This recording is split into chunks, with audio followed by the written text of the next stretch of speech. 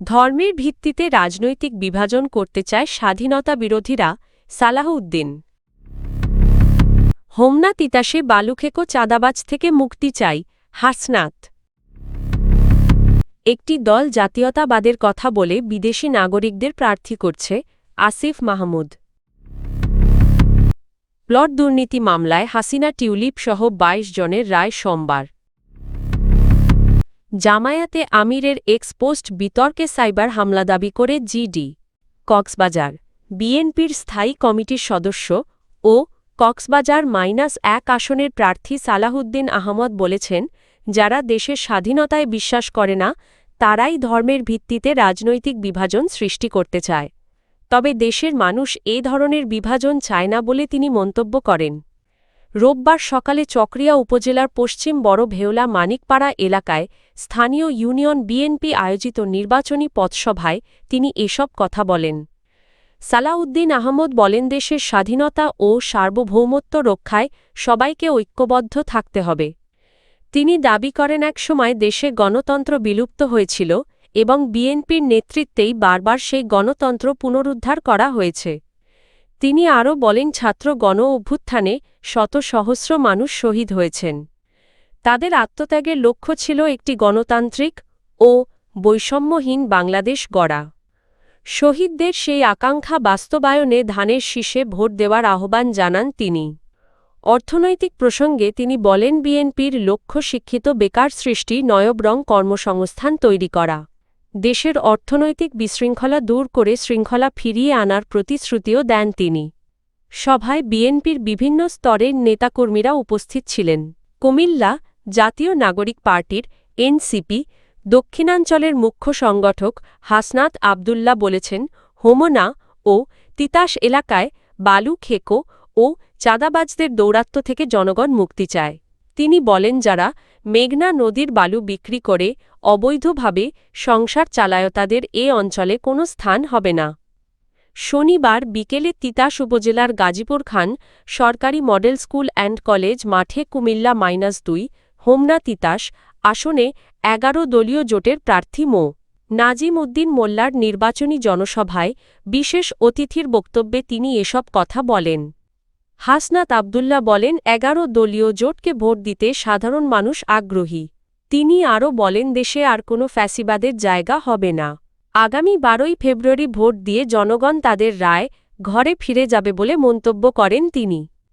আইনশৃঙ্খলা বাহিনীর প্রতি আহ্বান জানিয়ে তিনি বলেন, অতীতে নির্বাচনে অনিয়মের নজির দেখা গেছে। তাই ১২ই ফেব্রুয়ারি একটি সুষ্ঠু ও নিরপেক্ষ নির্বাচন নিশ্চিত করার জন্য তিনি আইনশৃঙ্খলা বাহিনীর প্রতি অনুরোধ জানান। জনসভায় সভাপতিত্ব করেন ১১ দলীয় জোটের প্রার্থী মো. নাজিম উদ্দিন মোল্লা। সভায় জামায়াতে ইসলামী ও ১১ দলীয় জোটের কেন্দ্রীয় ও স্থানীয় পর্যায়ের নেতারা বক্তব্য দেন। সিরাজগঞ্জ জাতীয় নাগরিক পার্টির এনসিপি মুখপাত্র ও নির্বাচন পরিচালনা কমিটির চেয়ারম্যান আসিফ মাহমুদ সজীব ভূঁইয়া বলেছেন, একটি দল নিজেদের জাতীয়তাবাদের ধারক দাবি করলেও বিদেশ থেকে আসা প্রার্থীদের মনোনয়ন দিচ্ছে। নির্বাচন শেষ হলে তারা অতিথি পাখির মতো আবার বিদেশে চলে যাবে বলে মন্তব্য করেন তিনি।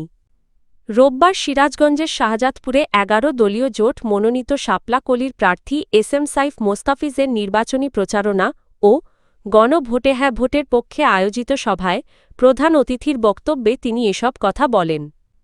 আসিফ মাহমুদ বলেন, শাহজাদপুর একটি ঐতিহাসিক অঞ্চল হলেও দীর্ঘদিন ধরে তাঁত শিল্পের প্রকৃত শ্রমিকরা তাদের ন্যায্য অধিকার থেকে বঞ্চিত হয়েছেন।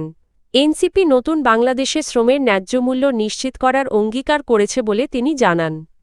তিনি আরও বলেন, দুর্নীতিমুক্ত চাঁদাবাজ ও দখলমুক্ত প্রশাসন এবং সুশাসন প্রতিষ্ঠার জন্য শাপলা কলি প্রতীকে ভোট দেওয়া জরুরি। পাশাপাশি নিয়মিত সেনাবাহিনীর প্রশিক্ষণ আরও জোরদার করার প্রতিশ্রুতিও দেন তিনি। গণভোট প্রসঙ্গে এনসিপির মুখপাত্র বলেন, ফ্যাসিবাদ ও তার দোসরদের পুনরাগমন ঠেকাতে ভোটে বিজয় নিশ্চিত করতে হবে। তিনি অভিযোগ করেন, একটি দলের শীর্ষ নেতারা প্রকাশ্যে ভোটের কথা বললেও তাদের কর্মীরা মাঠে না ভোটের প্রচারণা চালাচ্ছে। সভায় এনসিপির নির্বাচন পরিচালনা কমিটির সদস্য ও স্থানীয় নেতাকর্মীরা উপস্থিত ছিলেন। ঢাকা পূর্বাচল নতুন শহর প্রকল্পে প্লট বরাদ্দে দুর্নীতির অভিযোগে দায়ের করা মামলায় সাবেক স্বৈরশাসক শেখ হাসিনা টিউলিপ সিদ্দিক, আজমিনা সিদ্দিক ও রাদওয়ান মুজিব সিদ্দিক সহ মোট ২২ জনের বিরুদ্ধে করা মামলার রায় ঘোষণা করা হবে সোমবার ঢাকার বিশেষ জজ আদালত ৪-এর বিচারক রবিউল আলম এ রায় ঘোষণা করবেন। দুর্নীতি দমন কমিশনের দুদক পক্ষে মামলাটি পরিচালনাকারী পাবলিক প্রসিকিউটর মো. হাফিজুর রহমান জানান, দুদকের দায়ের করা দুটি মামলার রায় ঘোষণার জন্য দিন নির্ধারিত রয়েছে। তিনি জানান, শেখ হাসিনার বোন শেখ রেহানার মেয়ে আজমিনা সিদ্দিক এবং ছেলে রাদওয়ান মুজিব সিদ্দিকের নামে পূর্বাচল নতুন শহর প্রকল্পে প্লট বরাদ্দে অনিয়মের অভিযোগে এ মামলাগুলো দায়ের করা হয়। এর আগে আজমিনা সিদ্দিকের বিরুদ্ধে করা মামলার যুক্তিতর্ক শুনানি শেষ হয় ১৩ই জানুয়ারি এবং রাদওয়ান মুজিব সিদ্দিকের মামলার যুক্তিতর্ক শুনানি শেষ হয় ১৮ই জানুয়ারি। পরে উভয় মামলার রায়ের তারিখ নির্ধারণ করা হয়। ঢাকা, বাংলাদেশ জামায়াতে ইসলামীর আমির ডা. শফিকুর রহমানের অফিশিয়াল এক্স সাবেক টুইটার অ্যাকাউন্টে প্রকাশিত একটি বিতর্কিত পোস্টকে ঘিরে সামাজিক যোগাযোগ মাধ্যমে আলোচনা শুরু হয়েছে। তবে দলটির দাবি সংশ্লিষ্ট অ্যাকাউন্টটি সাইবার হামলার শিকার হয়েছিল। ৩১শে জানুয়ারি রাতে জামায়াতের কেন্দ্রীয় প্রচার বিভাগ থেকে পাঠানো এক বিবৃতিতে বলা হয়, সাম্প্রতিক সময়ে দলের আমিরসহ কয়েকজন জ্যেষ্ঠ নেতার সামাজিক যোগাযোগ মাধ্যম অ্যাকাউন্টে সাইবার হামলা চালানো হয়। হামলার মাধ্যমে জামায়াতের আমিরের নামে মিথ্যা ও বিভ্রান্তিকর বক্তব্য প্রচার করা হয়েছে বলে দাবি করা হয়। এ ঘটনায় জামায়াতের জাতীয় নির্বাচন পরিচালনা কমিটির সদস্য সিরাজুল ইসলাম হাতিরঝিল থানায় একটি সাধারণ ডায়েরি জিডি করেন। দলীয় সূত্র জানায়, ৩১শে জানুয়ারি বিকেলে জামায়াত আমিরের ভেরিফায়েড এক্স অ্যাকাউন্ট থেকে কর্মজীবী নারীদের বিষয়ে একটি বিতর্কিত পোস্ট প্রকাশ পায়, যা নিয়ে সামাজিক যোগাযোগ মাধ্যমে ব্যাপক প্রতিক্রিয়া সৃষ্টি হয়। এদিকে জামায়াতের সহকারী সেক্রেটারি জেনারেল এহসানুল মাহবুবের পাঠানো আর এক বিবৃতিতে বলা হয়, হামলাকারীরা সমন্বিত কৌশলে সাময়িকভাবে অ্যাকাউন্টটির নিয়ন্ত্রণ নেয়। তবে দ্রুত পদক্ষেপের মাধ্যমে দলের সাইবার টিম অল্প সময়ের মধ্যেই অ্যাকাউন্টের পূর্ণ নিয়ন্ত্রণ পুনরুদ্ধার করতে সক্ষম হয়। একই সঙ্গে অন্যান্য সামাজিক যোগাযোগ মাধ্যম প্ল্যাটফর্মের নিরাপত্তাও নিশ্চিত করা হয়েছে বলে বিবৃতিতে উল্লেখ করা হয়।